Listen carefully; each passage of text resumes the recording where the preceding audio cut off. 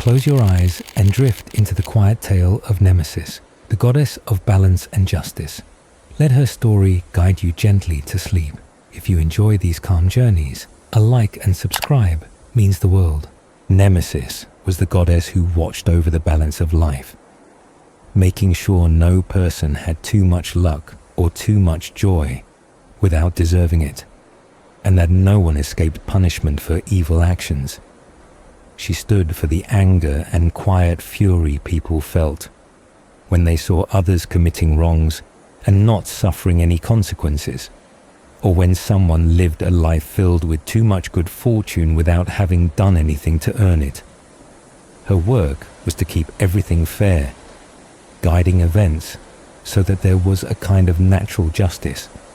Her name itself meant she who gives what is due, and she moved through the world as a quiet force, making sure that both joy and pain were given out in just the right amounts. When people became too happy too often, or lived lives of ease without any troubles, she would step in and bring hardship, misfortune, or sorrow, not to be cruel, but to remind them of limits and keep the world in balance. She was the one who stepped in when fortune gave too generously, correcting things that had grown too far out of place. Her presence was a kind of answer to the chaos that unchecked luck could cause. In many stories, she took special interest in the matters of love, where desires and pride often led people to harm others.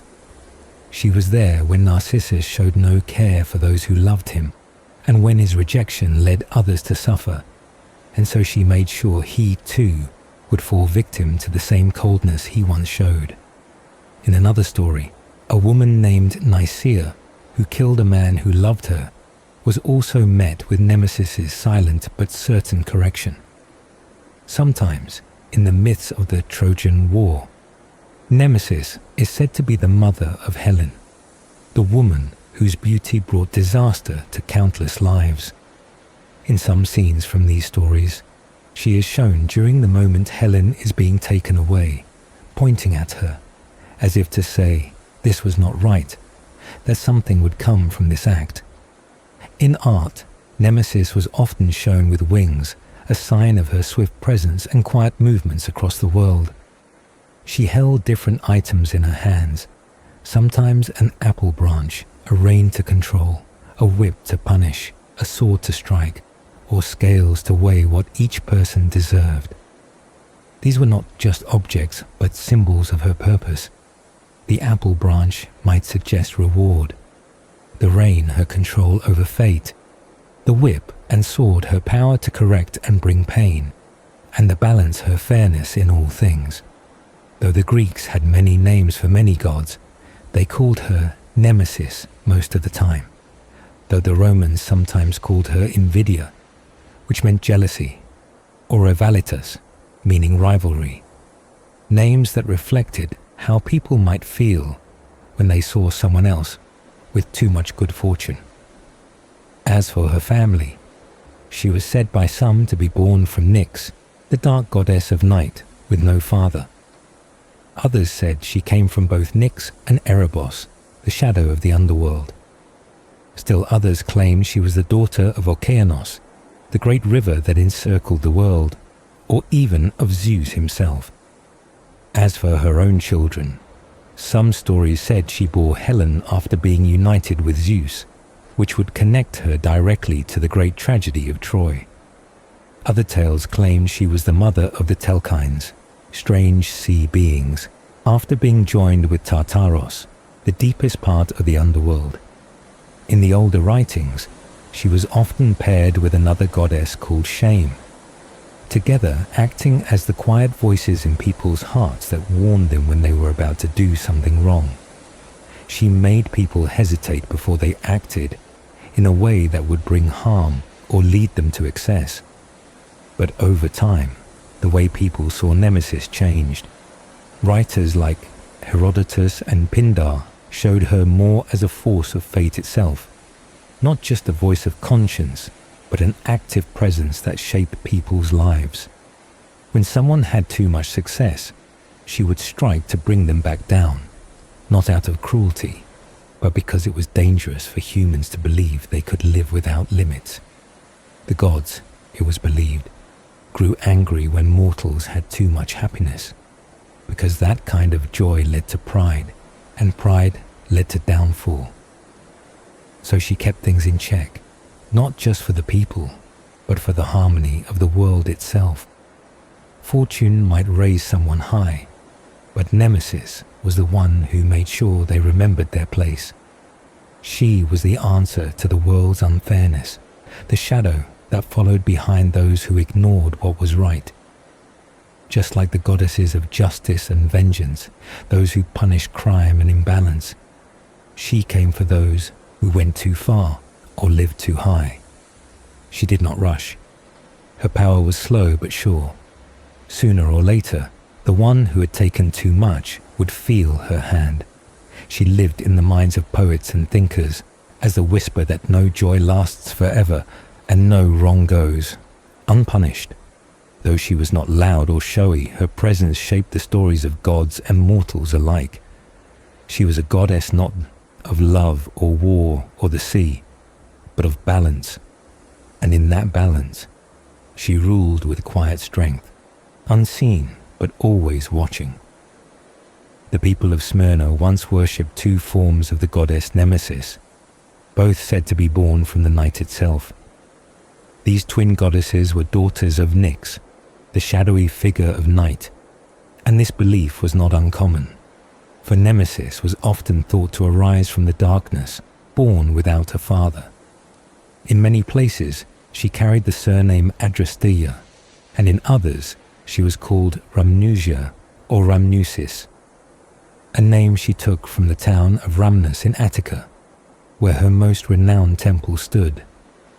There, in that quiet and sacred place, people came to honor her, offering prayers and sacrifices, acknowledging her as the force who watched, remembered, and returned balance to the world.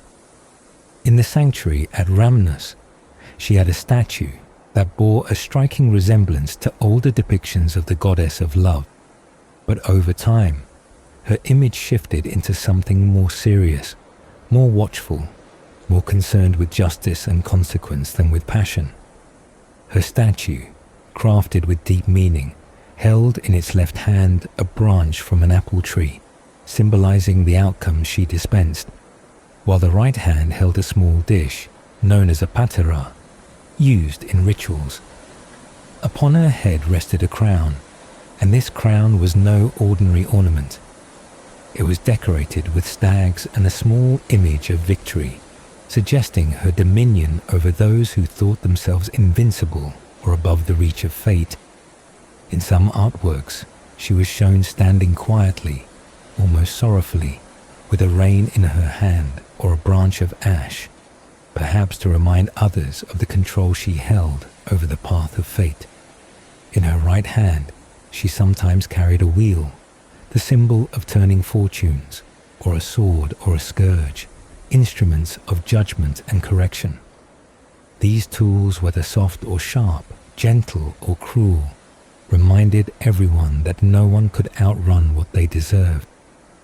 In other traditions, there was a tale that at Rhamnus, Zeus and Nemesis came together, and from this union came an egg that was later discovered by Leda.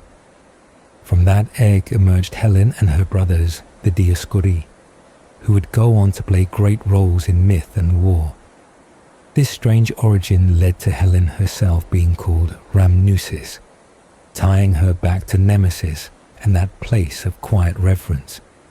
At the base of the statue in Rhamnus, there was an image carved showing Leda leading Helen to Nemesis, a silent gesture of return, as though what came from the goddess must one day come back to her.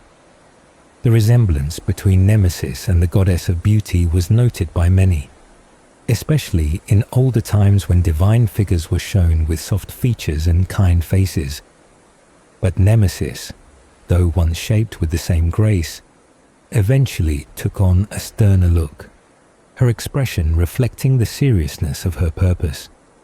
She was not one to bring laughter or music, but one who stood as a reminder of restraint, justice, and the limits that all mortals must respect. She was worshipped not just in Rhamnus, but in other cities too. Patrae and Cyzicus also held her in high regard, offering her honors and keeping her memory alive in temples and stories. And in one tradition, her name Adrasteia was said to come from Adrastus, who was thought to have built her first sanctuary along the river Asopus, but others believed the name came from a word meaning to escape, which would make her the goddess from whom no one could run, no matter how fast, no matter how high they rose. In another form, she was called Ichneia, meaning the one who tracks, a name she shared with another goddess of justice, Themis. This title suggested that she followed every step, traced every path, and watched each action closely, ensuring nothing went unnoticed or unaccounted for. Whether she was called Nemesis, Adrasteia, Rhamnusis, or Ichneia, her role remained the same: to bring about the right end for each beginning, to remind the fortunate of humility, and to be the shadow that caught up with pride and excess. She was never loud, never celebrated like the gods of war or wine, but her presence lingered in the hearts of all who feared what they could not undo. In poetry and hymn, she was named beside other spirits of balance and consequence. Hesiod wrote of her birth from night, alongside doom, death, sleep, dreams, blame, and misery. Among them, she stood as the quiet force of return, ensuring that those who acted wrongly or lived too easily would one day be reminded of the world's deeper laws. She was not cruel, but necessary. In her, the old poets saw the weight of justice, not carried by courts or kings, but by fate itself. The Rhamnusian Nemesis remained the most powerful image of her, solemn, crowned, holding the signs of her task. She was not only worshipped but feared, not because she was wicked, but because she saw what others tried to hide, and she waited. Whether it was a wheel turning slowly or a sword waiting quietly in her grasp, she never hurried.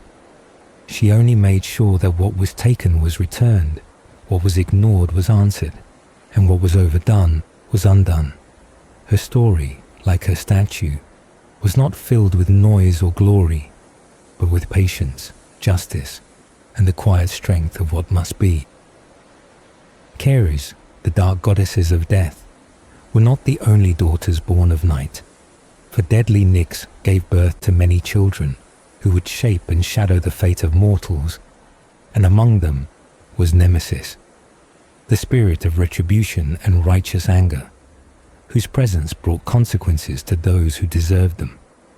Alongside her were others like Apate, who brought deceit, Philotes, who offered the sweetness of friendship, Geras, who carried the weight of old age, and Eris, whose heart stirred strife.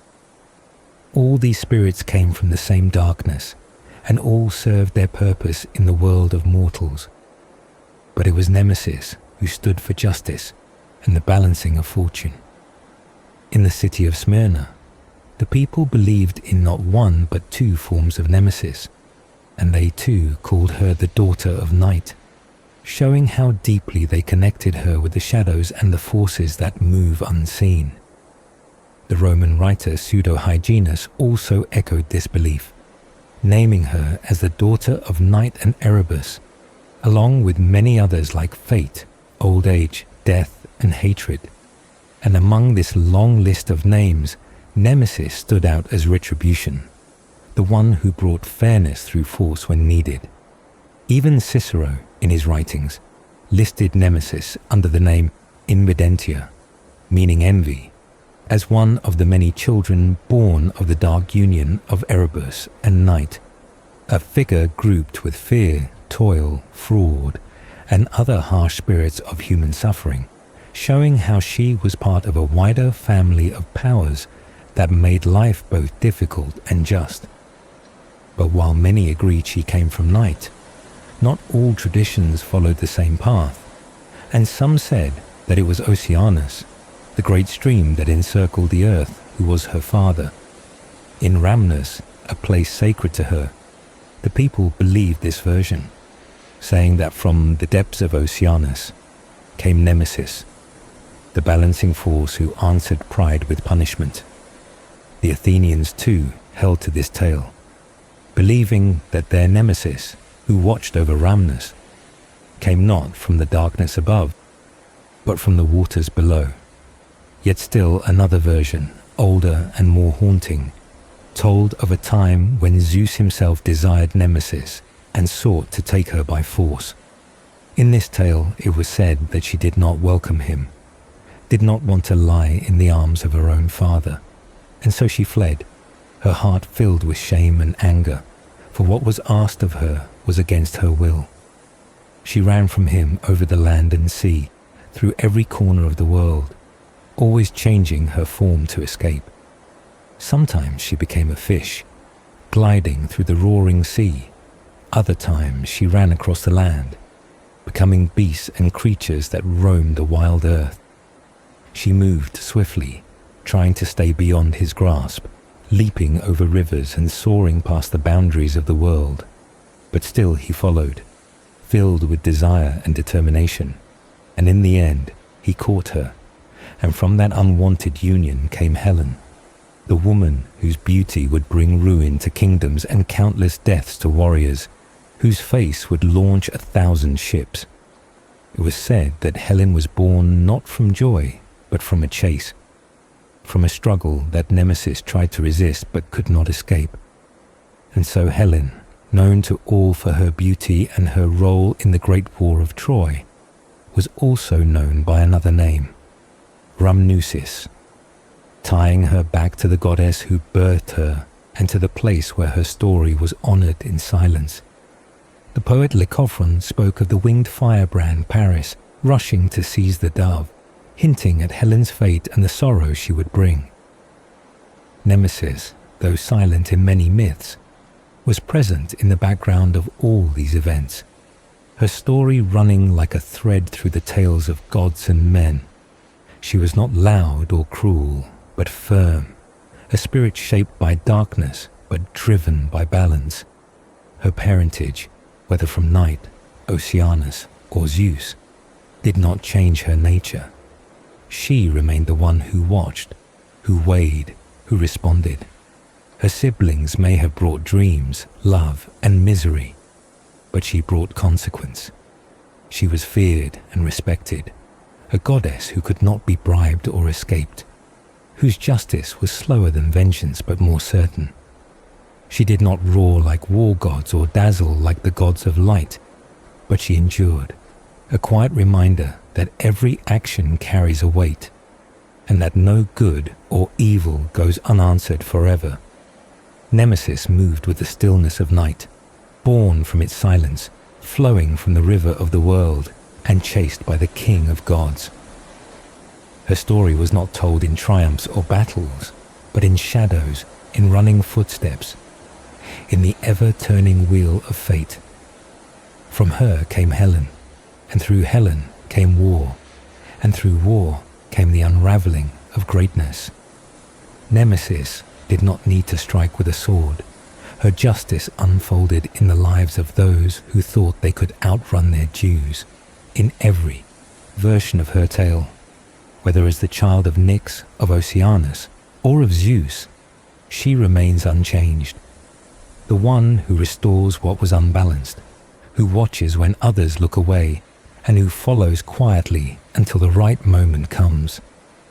Helen, the one known as the Hound of Pefnos, was said to have come into the world not through a simple birth, but through a strange and divine event, for she was not born in the usual way, but husked within a rounded shell like a bird, and her coming into being was tied to the goddess Nemesis, who took the form of a water-roaming vulture or a bird of similar nature, perhaps a goose, to avoid the pursuit of Zeus.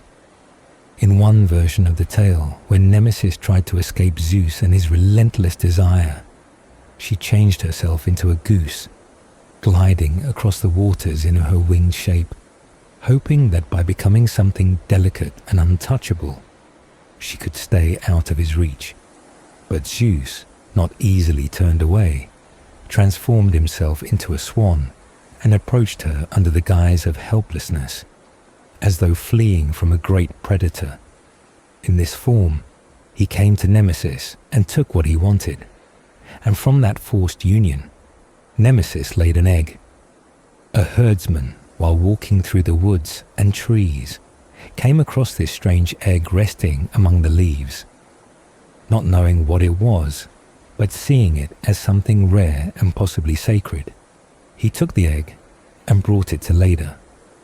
Leda, receiving the egg, kept it safe in a box and cared for it until the right time came. When the time was complete, the shell cracked open, and from it emerged Helen, glowing with a beauty that would one day stir the hearts of kings and cause the downfall of nations.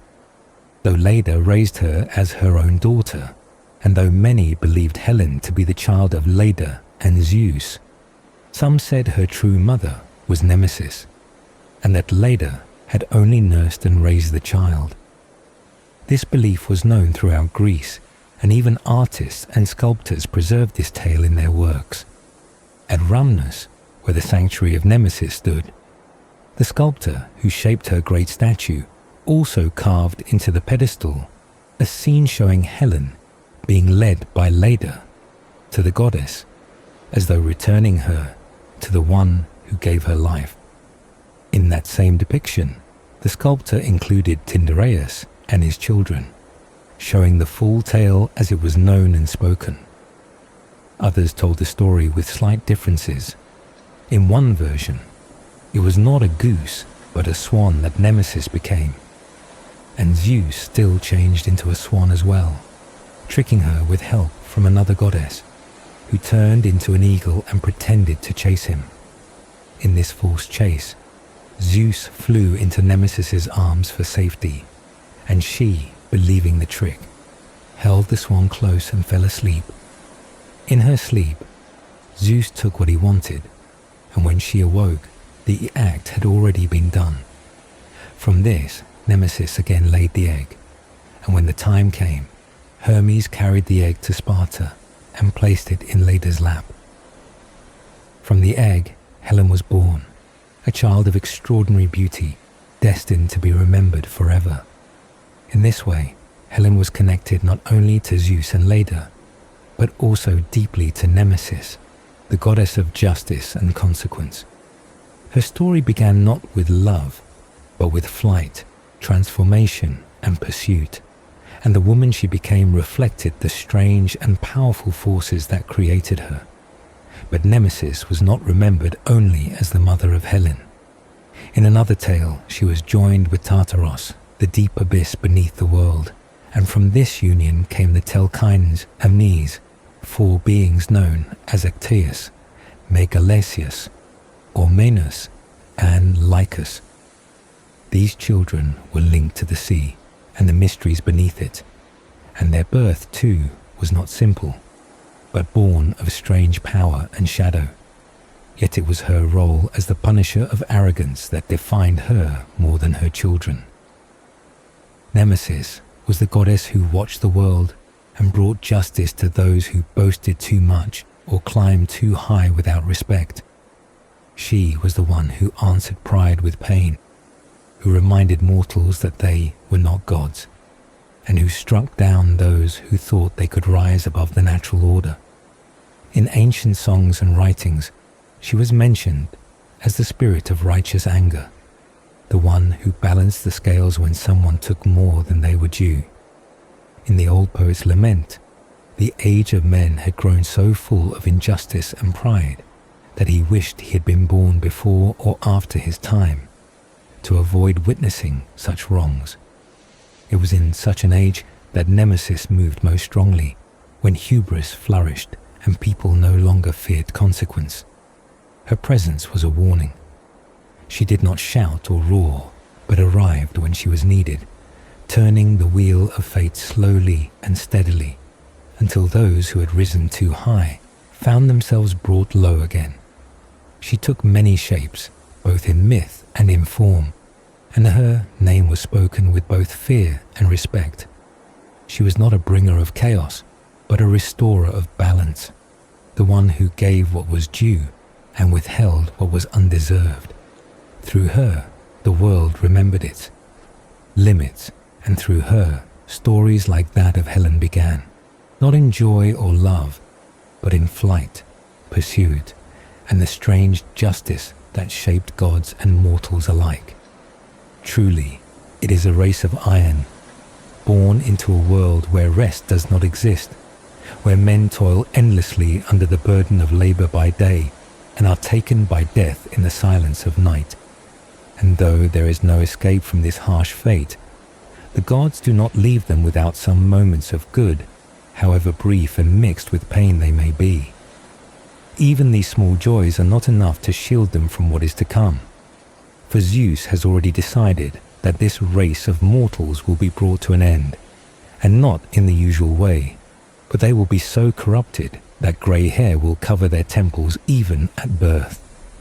In this age, the bonds that once held families and friends together will break, as fathers turn away from their sons and sons reject their fathers. Guests become strangers in each other's homes, and companions no longer trust one another. Even brothers, once united by blood and love, will grow cold and distant, as though they were never kin at all. Children will mock their aging parents, speaking cruelly, casting blame with hearts made hard, showing no respect for those who once cared for them, forgetting the debt they owe to those who gave them life. They will not offer the kindness or support once given freely by the old, for strength and power will become their law, and justice will be twisted into the hands of those who use it for violence. Cities will be destroyed by men who no longer value peace, and those who tell the truth, who live with honor and keep their promises, will be cast aside, unrecognized and unloved. The wicked will rise, their names praised, not for their goodness, but for their cruelty, and their acts of pride will be mistaken for greatness. Reverence, the quiet respect that once guided hearts, will vanish, and shame, the gentle voice that once held people back from doing harm, will lose its place. The evil will harm the good with lies and clever speech, and they will swear false oaths without fear. Envy will walk beside all men, foul and grim, her voice full of bitterness, her eyes full of scorn, feeding on the misery she spreads, until her presence becomes common and accepted among all. Then, when the world becomes too full of wickedness, when the air itself is too heavy with betrayal and suffering, the two final guardians of goodness, shame and Nemesis, clothed in white robes and bearing forms of quiet grace, will rise from the earth. They will no longer walk among mortals who have forgotten what it means to live with dignity and restraint, and they will ascend, leaving the wide paths of the world behind to return to the company of the undying gods. Without them, no one will hold back their worst desires, and sorrow, deep and biting, will settle over mankind like a cold fog that never lifts, and there will be no force left to resist the evil that spreads. In another voice from the world of song and praise, there is a wish that those who are blessed may never be visited by Nemesis, that her jealous will may not fall upon those who rise too high in fortune, and that their joy may remain untouched without punishment or downfall.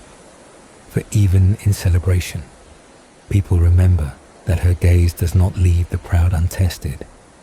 In the tale of the chain god who defied the ruler of the sky, when asked if he fears the fate that might befall him for his defiance, he answers without fear, saying that death is not his end, and he will endure whatever torment may come.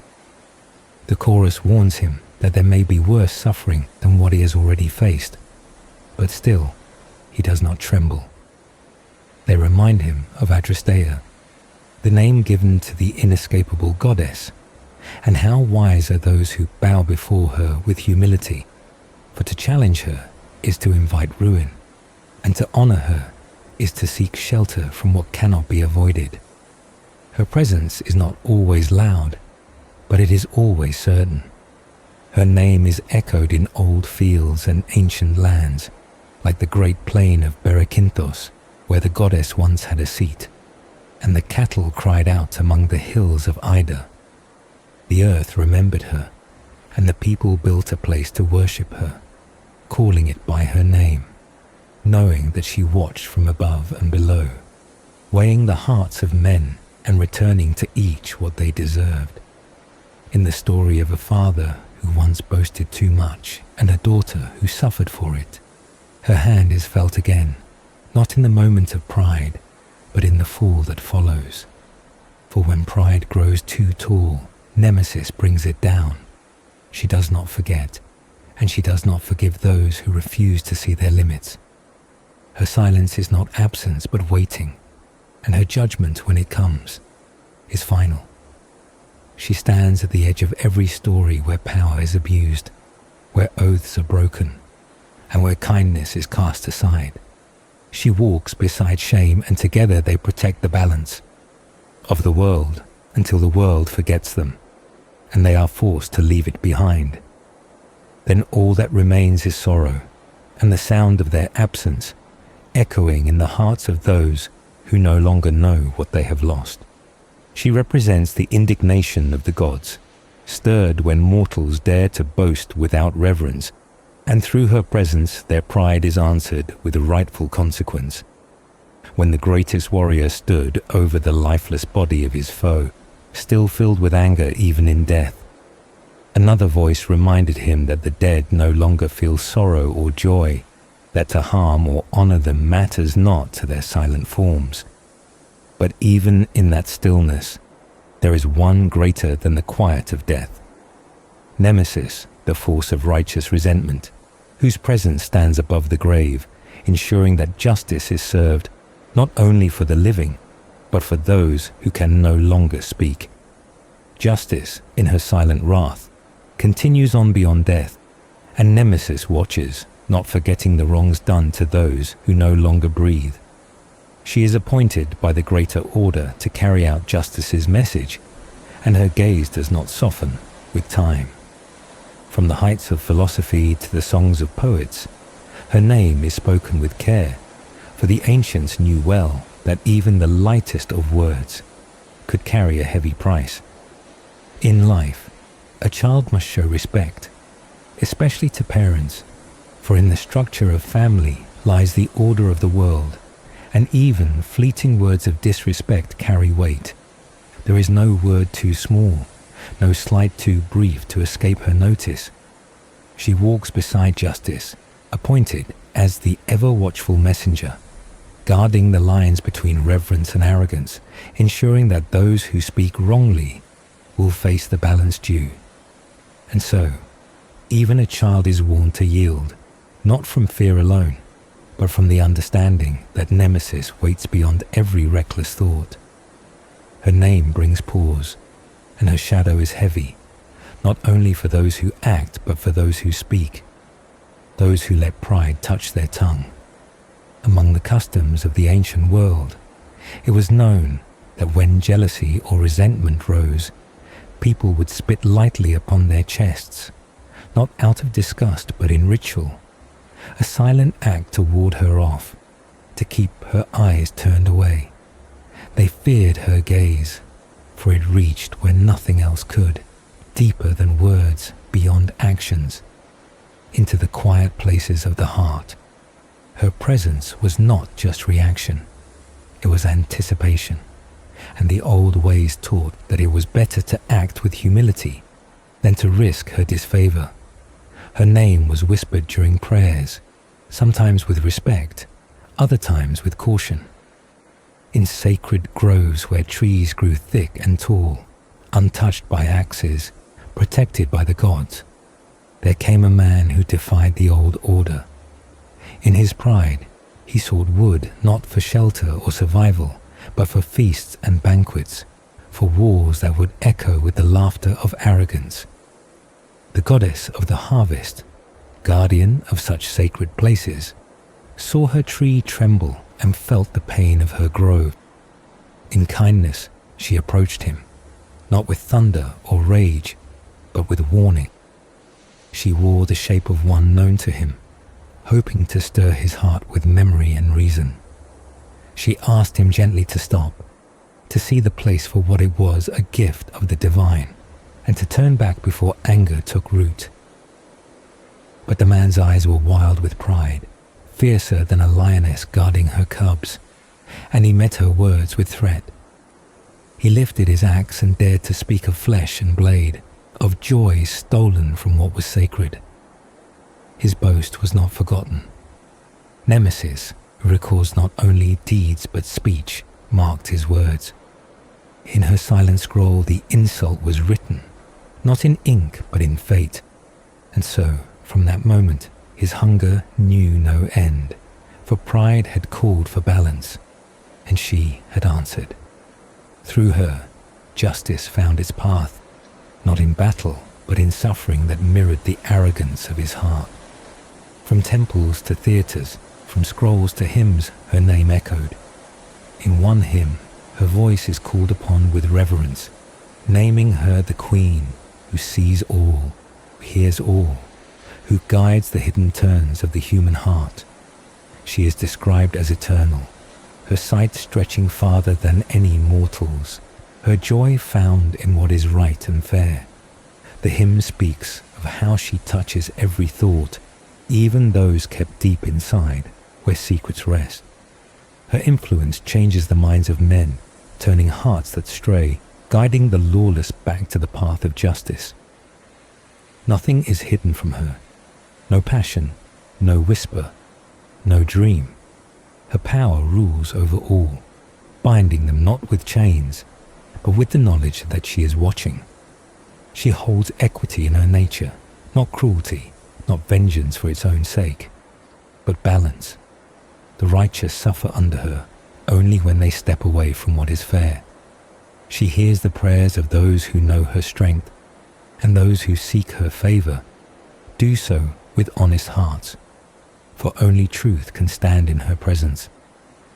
She is the force that moves beneath the laws of men and the will of gods, making sure that even those who forget are reminded.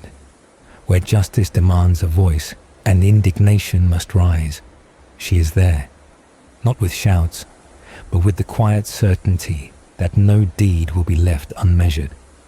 She does not need temples to be known, nor statues to be seen. Her temple is the moment after arrogance. Her statue is the fall of pride. She walks beside those who speak lightly of sacred things, who take without thought, who forget the cost of hubris. She stands beside justice, not as a servant, but as its equal. And in her eyes are the reflections of every boast, every cruelty, every moment when reverence was cast aside. Her power is not only punishment, but presence, a weight upon the heart that whispers, "Beware, for balance will be restored, and in that balance all will know her name." Thy mystic's life, thy constant care, a quiet watcher in the hearts of those who seek the hidden path, giving aid in the hour when the soul is tested and strength is needed to protect the clarity of the mind. She who sees the motives hidden deep in thought, who guards the minds of those who walk with reverence, turns away the dark stream of arrogant and impious counsel, for her will is firm and her power never sleeps. In far-off places where kings sat in marble halls and passed judgment upon their people, even there her presence was known, and reminders of her were placed in view. Golden birds with twisted necks, 4 of them hanging from the high ceilings, not for decoration, but as symbols of her inescapable judgment, so that rulers would remember not to lift themselves above others, not to let pride blind their justice.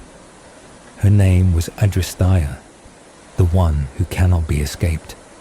And even in the places of power, she made her message clear. Remember who you are and do not rise too high. For those who forgot, she watched and waited, and their downfall was measured not in rage but in balance. When one man, fair of face and empty of heart, turned away from love with scorn, mocking not only the one who called to him from the woods, but all who dared care for him. His pride rose like a flame, burning through all who reached for warmth. He laughed at their longing, their tenderness meant nothing to him. And when one among the rejected lifted his hands to the sky and prayed, not for love but for justice, that he too might feel the pain he had caused, she listened.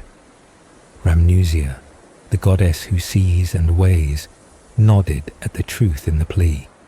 And so the youth who had scorned all affection saw his reflection in still water, and with each glance grew more lost in his own image, until the hunger he had awakened in others bloomed in himself. He loved what he could never reach, and the silence that once answered his cruelty now echoed back to him, empty and cruel. He wasted away as others had wasted before him, and thus the scale was even again. Another warning came when one was told to fear not only the gods of love, but the one who punishes a proud and hardened heart, for the wrath of Rhamnusis is not gentle, and it does not forget. Even the giants, swollen with arrogance, who dared to reach beyond the sky and threaten the thrones of the heavens, were not above her gaze. One roared out his plans, bold and booming, declaring what he would do when the heavens fell into his hands.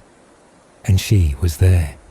She did not speak, but she listened, and she recorded each boast, for words carry weight, and pride calls its own punishment.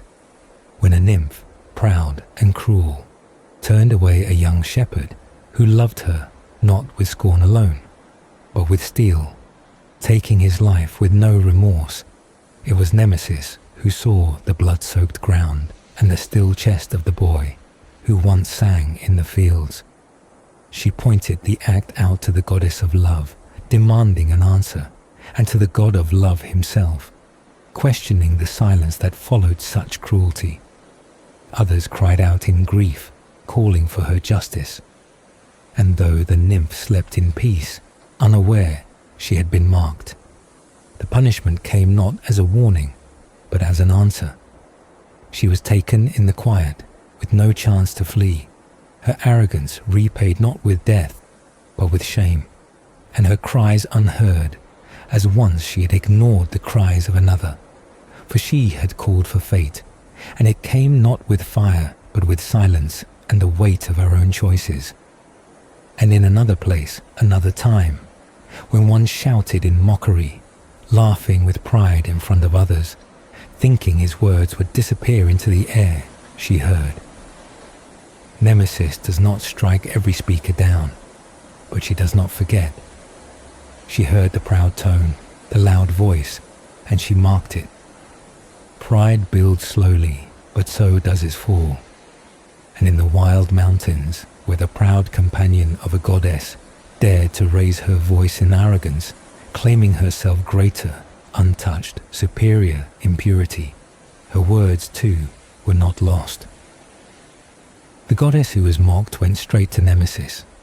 There was no fury, only action, no threat, only balance. The one who had exalted herself would be brought down, not by sword or war, but by the weight of her own words. Nemesis was found not only in temples or battlefields, but wherever arrogance rose, wherever pride silenced kindness, wherever someone lifted themselves above others without truth. She was the guardian of balance, the voice of justice, not in anger, but in return. Her punishment was never random. It was measured. She answered prayers when they were fair. She noted words when they were false. And she responded when silence was not enough. Her laughter was not joy, but certainty, for she knew that every boast would meet its balance. Every cruel act would find its reflection. Every moment of excess would be answered. And so she walked unseen, but always present, from the minds of mystics to the palaces of kings, from the whispers of forest to the heights of Olympus. Her robes were not tattered with rage, but wrapped in purpose. Her gaze did not burn, but it never blinked. To speak in her presence was to weigh your words. To act before her was to choose your consequences. And to forget her was to invite her. For Nemesis waits patiently for the world to forget. And then she begins to remind. On the towering heights of Tauros, cloaked in mist and cloud, near the flow of the sacred river Kidnos, she stood. The goddess who had brought low the pride of the monstrous Typhon. His threats had roared through the heavens, but she, silent and certain, ended his boasting.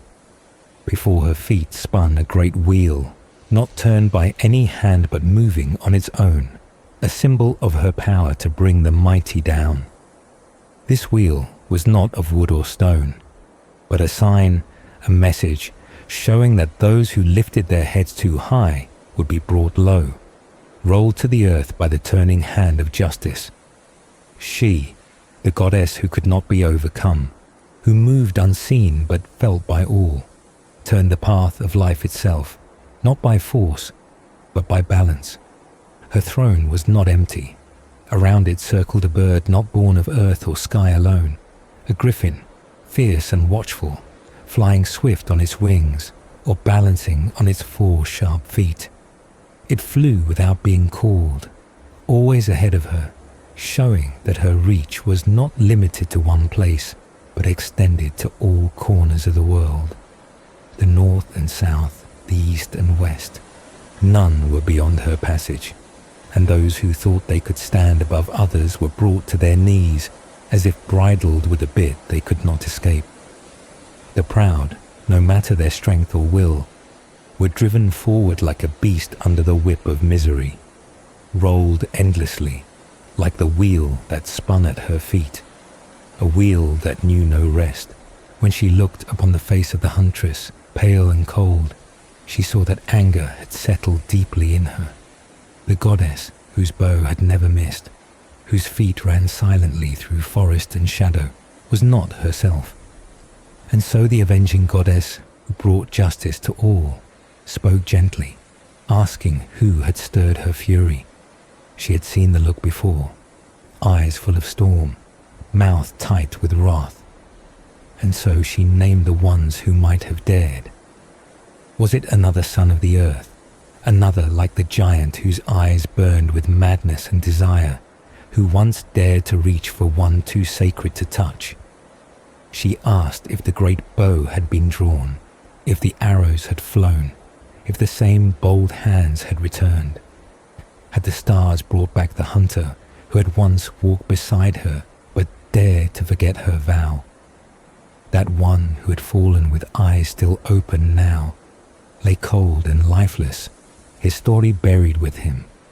If anyone else had tried the same, then let the punishment rise again. Another scorpion, another sting in the dark to protect the sacred girdle. If once more the boastful ones, the twins who reached beyond the sky, had imagined themselves worthy of love not given, then let their story end the same way, crushed by ambition too great for their mortal frame. If another proud woman had provoked the mother of light, let her weep her tears until she turned to stone, unmoved and unmoving, just as the one who once lost all her children and became part of the mountain. Why not place another figure on the cliffs, where wind and rain would speak of her story? And surely, it was not the father of gods once more, pushing marriage upon one who wished to remain untouched, just as he once promised the unyielding daughter to a smith who could never reach her heart.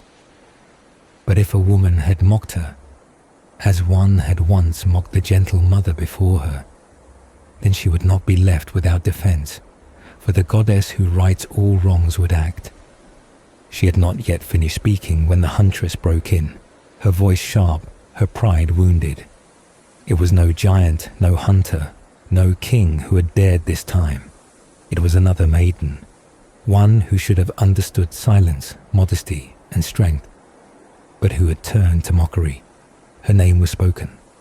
Aura, daughter of the wind, born of air and swiftness, who dared to mock the very form of the huntress. The goddess's face burned not from battle, but from insult. She could not repeat all the words that had been said, could not bear to voice the things spoken against her, but the pain was clear. Her shape had been insulted, her breasts mocked, her purity questioned with a sneer. She had not faced this alone, for her mother too had once suffered insult from a woman who thought herself above the gods. In Phrygia, it had happened then, and now again, in Phrygia, it happened once more. Then it had been a queen who counted her children and thought herself beyond grief, who dared compare herself to one who bore the light and music of the heavens. She had paid by becoming stone, cold and unmoving, her sorrow carved into the hills, and now again, another daughter of pride had spoken cruel words, forgetting the fate that waits for those who mock what they do not understand. The huntress stood, her words like arrows, and the goddess who watches all listened. She, the one who turns the wheel, who flies without wings, who brings down the mighty and lifts the quiet, would not let this pass. The proud do not go unnoticed. The sharp tongue is recorded. The heart that lifts itself too high is marked.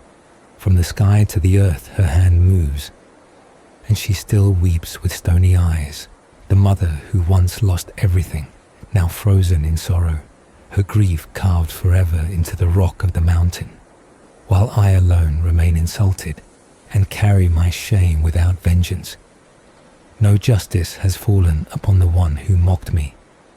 Aura, who boasted of her own purity and dared to dishonor mine, has not shed tears upon stone, nor has any spring burst forth to reveal the truth of her reckless tongue. She, who raised herself high on words sharp and cruel, walks untouched, while I, like my mother before me, endure the sting of insult. So I beg you, goddess of unyielding balance, child of Titans, remember your blood and your birthright. Grant me a gift as you once granted to my mother. Let me see Aura brought low. Let her pride become still and speechless. Let her form become stone, unmoving, as a sign to all who would mock with such arrogance. Let her no longer speak the words that wounded. Let her eyes no longer look down in scorn. If not stone, then let your bronze sickle strike her spirit, and send madness in place of pride, that she may know the weight of her own words. When this was said, the goddess who rights all wrongs answered calmly, her voice like still water before a storm. She would not raise her sickle against one of her own kind, for she too was born of the Titans, her blood running from the deep stream of Oceanus, and she could not strike the child of Lelantos without angering her ancient kin. But she would not ignore the plea of the huntress, the pure one who walked in silence and shadow, protector of the wild and of herself. She would not turn Aura into stone, not this time, but she would break her boast. If she had mocked the huntress's virginity, then she would know what it meant to lose her own. The girl who spoke too proudly of her untouched state would soon weep in the waters where she once walked free, grieving not her words but the price they had summoned. Her tears would flow like fountains, bitter and endless, for what had been taken. With that promise, she calmed the huntress, and the goddess returned to her chariot, drawn by her deer, 4 proud creatures that pulled her across sky and land, and she rode back toward Phrygia, her thoughts still heavy. At the same moment, the one who cannot be escaped, Adrasteia, the wheel-turner, the judge of pride, set off on her own path. She did not ride behind deer, but behind griffins, fierce and swift, their wings slicing through the air, their claws gripping the winds. She needed no roads, no signals, only the scent of pride and the cry of justice unfulfilled. She chased down Aura, relentless, until her chariot landed on the slopes of Sepulus, where the stone eyes of the grieving mother still watched the sky. There, before those eternal tears, Nemesis met the girl who had laughed too easily.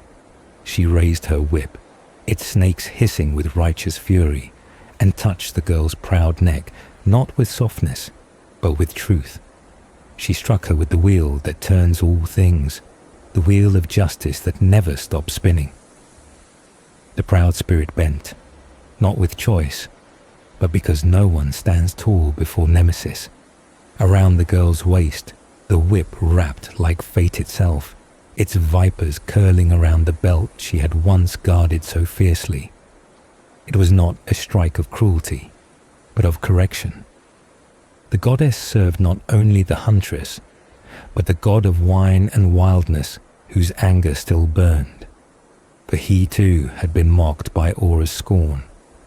Though Nemesis herself had never known love and kept her distance from desire, though her own story would one day change, in that moment she shaped another's. She did not plant love, but she opened the path for it, and not the gentle kind. Then, her task done, she turned away. Her griffins lifted her skyward, and she flew back over the cold peaks of Tauros, her path tracing the air like a blade. She returned to the river Kidnos, where justice had once been served before, and as she vanished, the next part began. Love, with his bright wings and cruel arrows, struck the god of revelry deep in the heart. The girl who had mocked would now be the one pursued, not with words, but with longing that could not be escaped. The arrow had found its mark, and as love laughed and soared to Olympus, the world below shifted again. In the minds of those who watched, the meaning of Nemesis became clear. She was not rage, not wrath, but balance. The name Adrasteia meant what could not be fled. She followed not the steps of those who walked with care, but those who rose too high, who spoke without thought, who boasted without truth. Her name was a warning written in stone and sky, and from her none escaped. Her justice was not random, but certain. She turned joy to sorrow only when pride called it forth. And so she became the answer to haughty and unrestrained words, the one who arrived when others thought they had risen beyond reach. Even the great houses knew her power, for when glory rose too fast, it was she who reminded them of the fall. Just as among the sons of those who once marched against Thebes, only one was struck down, the son of Adrastos, from whom her name was drawn, so too did she strike only where it was due. She did not chase all, only those whose fortune outgrew their humility. She watched, always silent, until the time came. Then, with whip and wheel, with griffin and wing, she brought things back to their rightful place. Nemesis is the same as Adrasteia, many say, and the name Adrasteia was taken from a certain king, Adrastos, or perhaps from an ancient figure by the same name, who once suffered divine wrath for his proud boasts against the Thebans. It was he who, after being humbled, established a shrine to the goddess, and from that act the shrine took on the name Adrasteia, as if to remember that none escape her reach. Others believe that Adrasteia is Artemis herself, worshipped under that title in a cult begun by Adrastos, while the poet Antimachus declared that there exists a great goddess, Nemesis, who gives out all things, not only to mortals, but also to the blessed. And it was Adrastos who first raised an altar to her beside the flowing river, Asopos. But not all agreed, for some said she is different from Nemesis, dividing her role from the goddess of vengeance and balance. Still, her essence remained one of justice. In old writings, she was described in many ways, sometimes as pure justice, other times as vengeance, divine jealousy, or even fortune itself.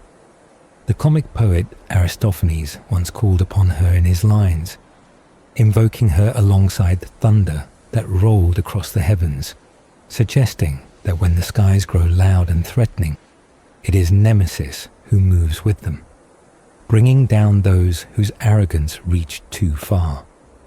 In another passage, she is the executioner of the boastful, the one who finds them wherever they may hide, and teaches them the lessons they refuse to learn by gentler means. She does not always come with fury. Sometimes she walks unseen at one's feet, watching silently, unnoticed by those too proud to look down. And when the time is right, she acts, snapping the haughty neck of the wrongdoer, not with noise, but with certainty. One ancient proverb even warned, "At least Nemesis walks at your feet," meaning she is never far, and her justice is never delayed. She does not chase all men, but follows those who cross the line, always holding their fate in her hands, wrapped not in violence, but in the steady grip of balance. Her Roman name was Invidia, a word that meant both envy and wrathful jealousy. The Romans knew her not just as the punisher of pride, but as the embodiment of all that watched with narrowed eyes when one rose too high. They gave her a form more terrible, darker, and filled with decay. When Athena, goddess of war and wisdom, sought punishment for those who had disobeyed her, she did not strike herself, but went in search of Invidia. She descended into a cold and sunless place, where no fire burned and no breeze stirred the stale air. It was there, in a shadowy hovel deep within the earth, that the goddess of envy made her home, far from joy and warmth. Athena did not cross the threshold of that dreadful place, for even the gods kept their distance. She struck the door with the tip of her spear, and it flew open. Inside, Invidia was seen gnawing at raw snake flesh, poison on her tongue, her body withered, her skin sallow and tight over her bones, her eyes turned crooked, her teeth rotting, and her breast stained green with bile. She did not smile unless she saw misery in others. She rose slowly, dragging her feet, and when her eyes met the shining armor of the goddess, she groaned with hatred. That was the face of justice in its darker shape, not swift punishment, but the rotting watchfulness of envy that builds and waits. But whether as Nemesis or Invidia, her work was the same: to bring balance where arrogance bloomed, to humble those who forgot their place, and to remind all that no joy should become pride, and no power should go unchecked. She did not act from hate, but from necessity. When someone rose too quickly or laughed too loudly at the misfortunes of others, she took note. Her presence was not a storm, but the pressure before the rain. Even in fables and simple tales, she appeared as the one who oversaw all earthly matters. Babrius told of her as the one who sees injustice where others look away. An alien spoke of her as the evidence that pride never walks freely forever. Her justice was not only for the loud or the violent, but also for the quiet injustices, the mockery, the sneer, the boast that seemed small, but grew roots deep into the earth. She did not always strike the moment a wrong was done. Instead, she followed silently, waiting for the moment when the balance could be restored. And when she acted, the punishment fit the crime not by its scale but by its nature. She did not need to destroy cities or bring down empires. She could turn a moment of joy into regret, or a voice of laughter into silence. She waited behind every curtain of arrogance and stood at the edge of every triumph, not to ruin it, but to measure it. If it had been earned, she moved on. If it had not, she turned it into the lesson it was always meant to be. No mortal, no king, no hero, and no god who forgot their limits could pass by without meeting her gaze. Whether called Nemesis, Adrasteia, or Invidia, she remained the same. The unseen edge of every success, the hand that levels a scale, and the breath that follows every proud word. Sight of woe is all she knows, for sleep never soothes her, and night after night she remains awake, gnawed by worry and consumed by the vision of joy that is not hers.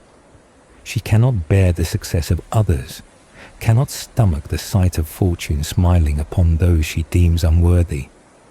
Even when untouched, she is wounded, and in wounding others she only deepens her own torment. Her own mind becomes her prison, her misery self-inflicted, her suffering endless.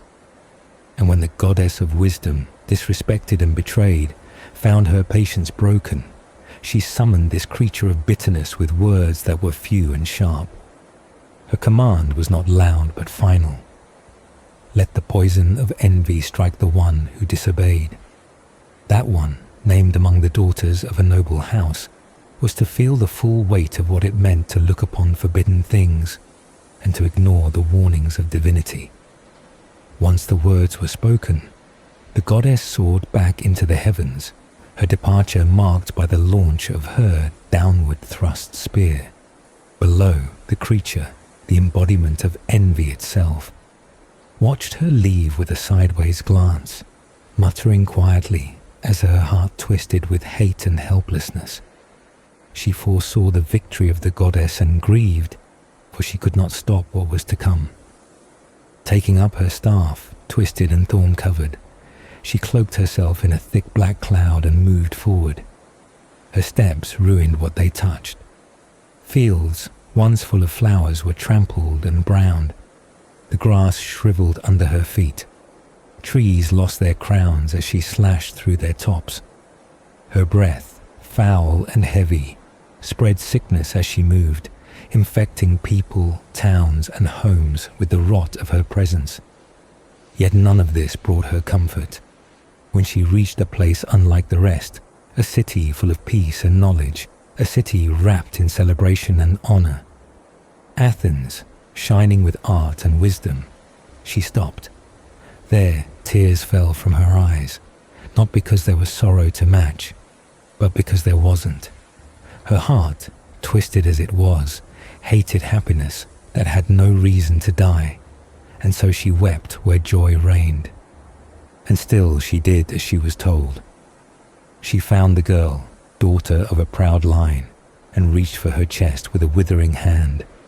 Beneath her touch, the heart filled with thorns, sharp and cruel, winding around every gentle thought. A black breath followed, seeping into the lungs like pitch, thick and slow, spreading through her blood, settling in her soul. And just in case misery alone was not enough, she placed before the girl's eyes an image, one she could neither ignore nor forget. She showed her the face of her sister, blessed in beauty, bathed in luck, wedded to a god whose light could not be matched. She showed their union, their joy, their future, and made every detail larger than life. And it broke her. The girl who once stood with her sisters now crumbled within. She burned, not with fire, but with the cold sting of despair. Every night she twisted in bed, and every day she wasted away, not by sword, but by grief. Her body weakened like a piece of ice, flickering under a sun that could not decide whether to melt or spare it. She could not look at her sister. The joy of another became her curse, a flame without heat, a fire that only smoldered in her veins. Her own thoughts, sharper than blades, left her desperate. She wanted death. She wanted silence. She wanted, more than anything, to tear joy away from the one who had found it. Often she thought of speaking, of going to her father and revealing everything like it was a crime, of ending it all with words meant to break, not heal. At last, Unable to bear the sight any longer, she sat herself outside her sister's chamber, not out of care, but to become a wall between her and the god who sought her. She was not asked to do this. It was her own doing, a punishment born of her own wounds, meant for others. The god came, gentle in voice, offering words sweet as honey, but she remained unmoved. And so the god changed her. With a glance, with a touch, with a power that needed no anger, he turned her to stone. Cold, silent, unfeeling. At last her suffering was stilled, not healed. Elsewhere, another tale turned. A boy, young and radiant, stood on the edge of manhood just past his 15th year. He had strength, beauty, and promise, and every eye saw him with admiration. But ill-omened envy, watching from the shadows, saw more than just a boy. She saw a target. Skilled in pain, she saw the vulnerable spot and moved quickly. And the Rhamnusian goddess, stern and eternal, noticed. At first, she gifted him with brilliance, adding height to his stature, light to his gaze, and grace to his walk. But these were not blessings, they were traps. Each gift made him more envied, more admired, more doomed. She looked upon him and tortured herself in the process. For envy burns both the envier and the envied. She drew close, pretending to embrace, but her arms were not arms, they were claws, and her love was not love, it was death. In that embrace she tore him down, struck the brightness from his face, and left his beauty cold and still. Her fingers, hooked and merciless, scarred the very face that once turned hearts, and her justice, twisted as it was done. There is no joy in her judgment. She acts not with laughter, but with necessity. When success grows too fast, when pride forgets its place, when joy mocks those without, she rises. She may weep, but she does not stop. She may suffer, but she still moves. And where she walks, fields die, homes tremble, hearts crack, and stone replaces flesh. She is not called for, but she always arrives. She is Nemesis. She is Adrasteia. She is Invidia. And whether she comes with thorn staff or open arms, she always brings the same thing: balance. He died young, taken before his time, and it was Invidia who held him close, not with the tenderness of a mother, but with the cold embrace of a force that never loved. She wrapped him in her arms, her poison deep in her breath, and nestled him against her chest, pressing him to her hollow bosom. And as she did, she left her mark on his spirit. One fondled his face and hair, marveling at the beauty he would never live to fulfill, while the other, the darker hand, whispered words into his mind, teaching him how to speak, giving him the gift of voice that would carry grief long after he was gone. The words he spoke in life, the thoughts he formed and shared, were born of that same bitter touch. And even when people mourned him, they wept not only for the life lost, but for the voice that once carried sorrow like it was truth. She had touched him, and through him she spoke. She was told to go away, cursed and banished in poetry. Avaunt, black Invidia, turn elsewhere thy livid breasts. But she never turned, never stopped. Her gaze remained fixed, pale and sickly, green with rage and hunger. She moved not from hatred, but from instinct, driven by the simple fact that someone else had joy, and that joy must be broken. Some asked in despair what god could have ever thought to join fortune and envy in kinship. What higher power could have been so cruel as to tie together the one who gives and the one who takes? Fortune might bless a house with peace and wealth, but no sooner does she arrive than envy follows, not with welcome, but with ruin. One shines a light, the other casts the shadow. It was asked if there could ever be a home so happy, so untouched by sorrow, that envy would pass it by, but it was not so. even where Caesar himself gave favor, even in houses that had known only calm, even where no wrong had been done, misfortune still found its way, guided by the jealous hands of fate and the cold push of rivalry. A house that seemed safe one day fell the next, not from within, but because eyes outside could not bear to see it standing. And when fortune turned her head with a single nod, it was not joy that followed, but rivalry. With her cruel smile and watching eyes, she made straight for the door of the young man's home. No kindness softened her approach. She did not knock. She entered like a storm, and though no sword was raised, the harm was done. That was how the old world saw her, not just as an idea, but as a real force that moved and breathed and touched the lives of mortals. Not just envy, but Nemesis. Not just a shadow in the heart, but a goddess with temples and statues and priests who knew her name. Nowhere was she more honored or feared than in the town of Rhamnus. There, nestled inland among the quiet hills of Attica, stood her sanctuary, a sacred place, a warning to all who passed by. Within it stood a statue, grand and still, carved by hands remembered across the ages. Some said it was the work of Diodotos. Others swore it was made by Agoracritos, a student of the great Phidias, and whether it was one or the other, all agreed that it was among the most powerful and beautiful statues ever made. Its presence rivaled even the works of gods and kings, for it was not meant to celebrate, but to remind.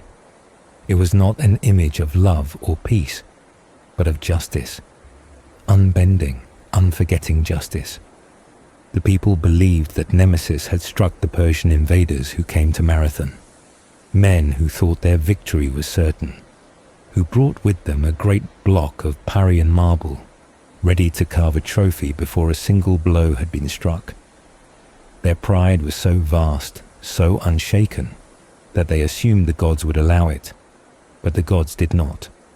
The Athenians fought them back, and the stone they brought to boast of their triumph became the very image of their downfall.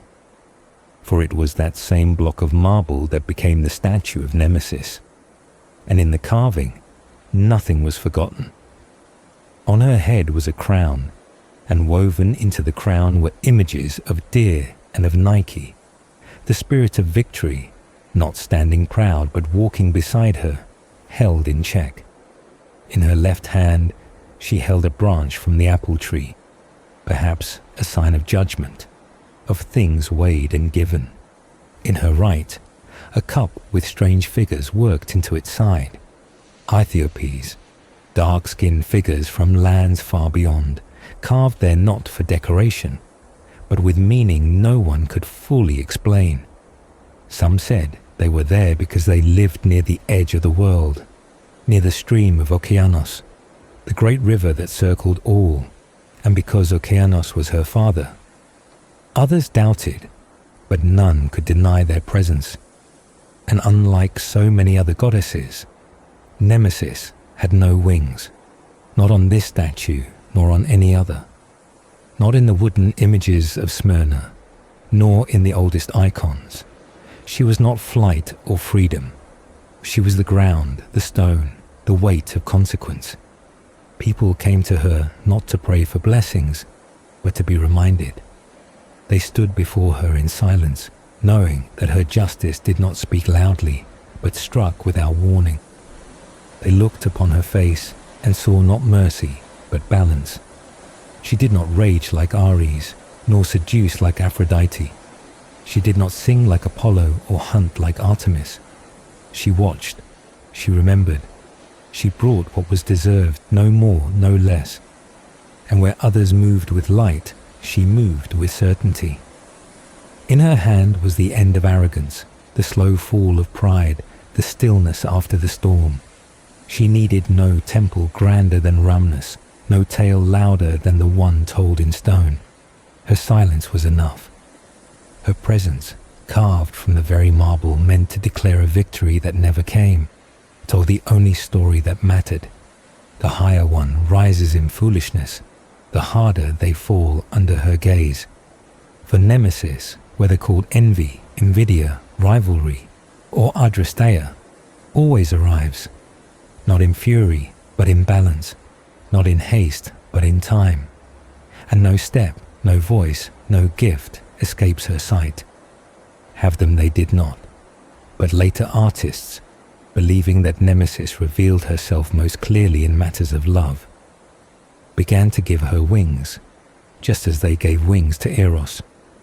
These wings were not for escape or for play, but for pursuit, because when Nemesis came, she came swiftly, and none who had earned her attention could outrun her. And so, with that thought made clear, the pedestal of her statue can be described, carved not only with beauty, but with meaning. The Greeks, holding closely to their tales, said that Nemesis was the true mother of Helen, while Leda had only nursed and raised her. As for her father, none disagreed. It was not the mortal man, but the king of the gods who had fathered her. With this story in mind, the great sculptor shaped his work, placing Helen not alone, but led gently by Leda, to the goddess who had given her life. Alongside them stood the mortal man and his children, carved in stillness, a family made immortal in marble, caught between truth and legend. And those who looked at the image did not see just a moment frozen in stone.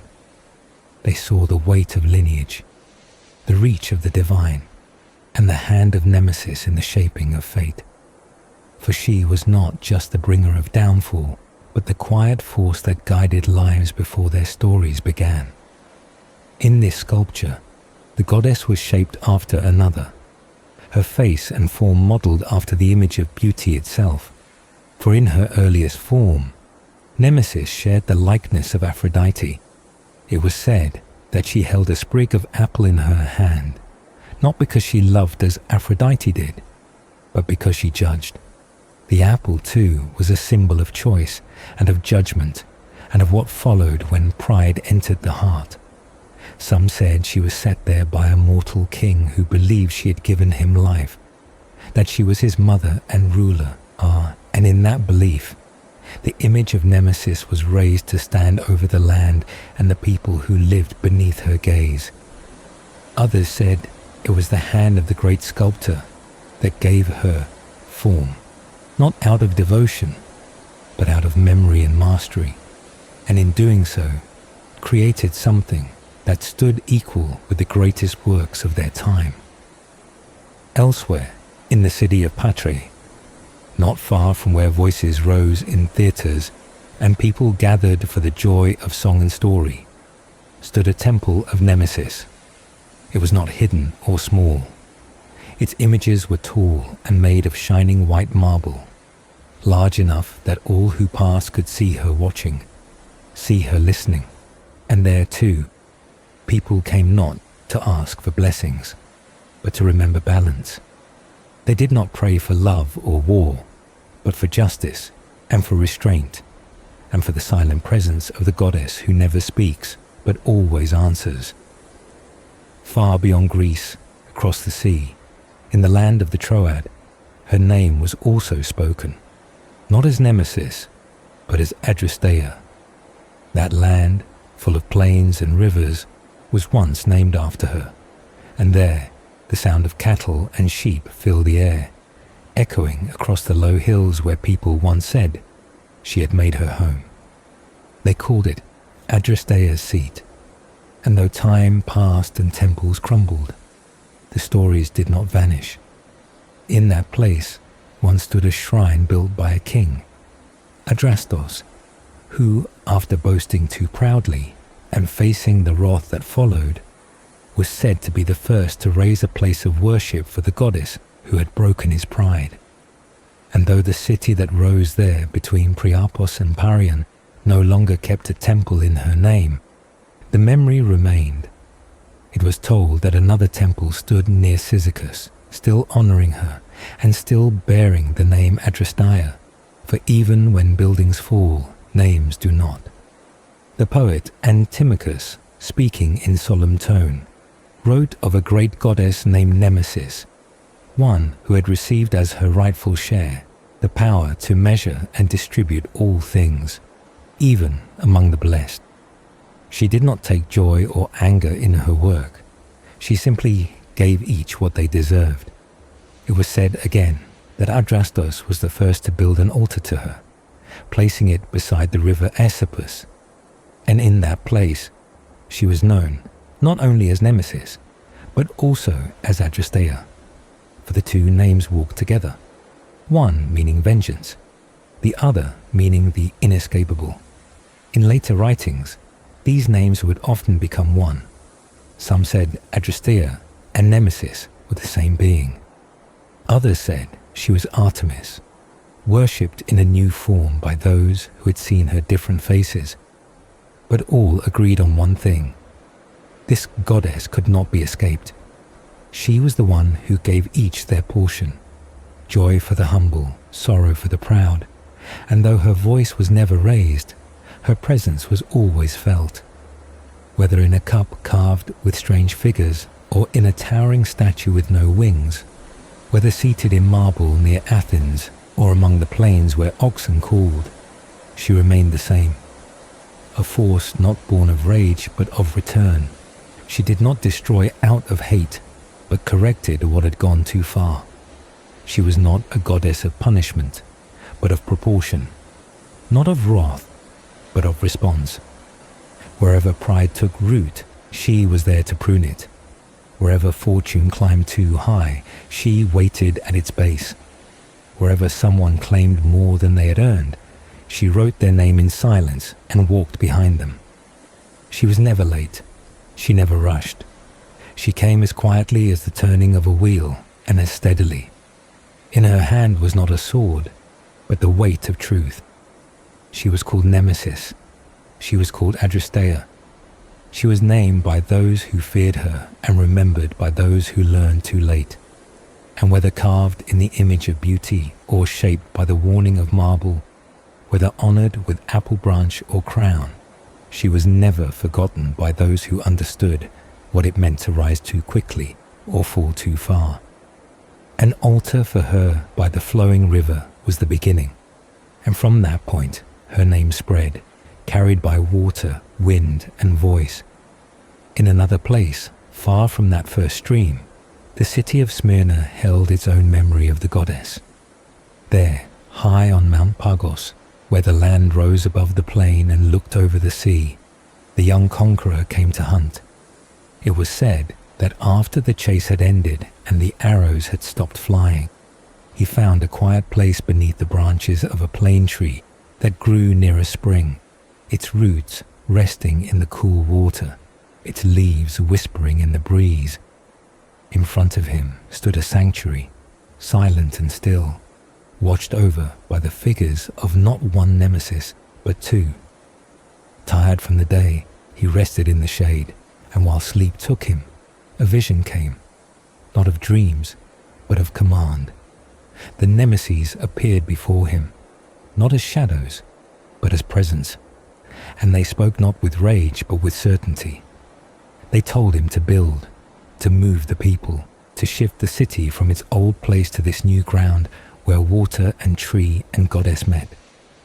When he woke, the memory remained, and so the people obeyed, not out of fear, but out of faith. They left behind the old stones and made their homes anew beneath the watch of the twin goddesses. In this land, they said there were two of them, daughters of the night, both born from the shadow of the world, both watching with equal eyes. Their birth came not from the sea, as others claimed, but from the deep stillness of Nyx, the night who brings all things to rest. The Athenians, holding fast to their own belief, said otherwise. For them, the goddess came from the great river that encircles the world, born of Oceanus, ancient and vast. But in Smyrna, it was night that gave her life, and two were born instead of one. And in that place, her worship lived in the stone and spring, in the branches that stretched over water, in the stories passed from mouth to mouth. The sanctuary did not shout its presence, it waited, and those who came understood. There, Nemesis was not only a name, but a force that shaped the lives of those who believed. She did not need temples as large as those of the sky gods or the thunder lords, for her power was not in storms, but in balance. She did not roar, she whispered. She did not strike in haste, but watched in silence. And when the time came, she moved with the stillness of certainty. Those who stood before her altar knew what they asked for was not mercy, but remembrance. They came not to beg for fortune, but to return what was owed. For every joy too large, she gave a sorrow to match. For every boast too bold, she offered silence. For every rise too high, she gave a fall deep enough to be remembered. Her temple was not a place of celebration, but of understanding. People came not to dance, but to think. They brought not wine, but memory. They knelt not with hope, but with the awareness of their own weight. She was not cruel, but exact, and in her precision there was truth. Those who honored her did so with the knowledge that she was not to be fooled, not to be tricked, not to be bribed. She saw the heart, not the offering. She weighed the soul, not the sacrifice. And in Smyrna, where two Nemeses were worshipped, the people lived with the knowledge that even the smallest act had its echo. A word spoken in pride might not be punished today or tomorrow, but the wheel would turn. A deed done without care might not be seen by others, but she would remember. They told stories of how she had guided rulers, of how she had stood beside empires and watched as they rose and fell. They remembered the time when a conqueror laid his head beneath a tree and woke with the words of goddesses in his ears. And they knew that even the strongest man must kneel to something. Even the greatest voice must fall silent when she speaks. The twin goddesses of Smyrna did not argue or fight. They shared the work. One watched the east, the other the west. One followed the path of joy, the other the path of sorrow. Together, they walked the border between too much and too little, and in that balance, they held the world in place. No song could sing their full story. No statue could hold their full form. They were not only goddesses of vengeance, as many believed, but guardians of order. They did not punish for the sake of pain, but to preserve the space where justice could live. And those who looked upon their altar, who touched the stone or drank from the spring, knew that what they asked for had a cost. The old city faded, its walls crumbled and its name changed, but the new city stood tall beneath the tree, and always, near the water, the sanctuary remained. The plane trees still grew, the spring still flowed, and the memory of the dream still passed from one mouth to the next. Even as the years moved on, and the world changed, the story of the two sisters of shadow remained. Some forgot their names, but not their presence. Some changed the story, but not the meaning. For as long as men built too high, as long as voices rose too loud, as long as hands reached too far, the twin Nemesis would be there, one watching, one waiting, and both ready. For in Smyrna, their truth had been planted, and in the silence beneath the tree, their justice still stood.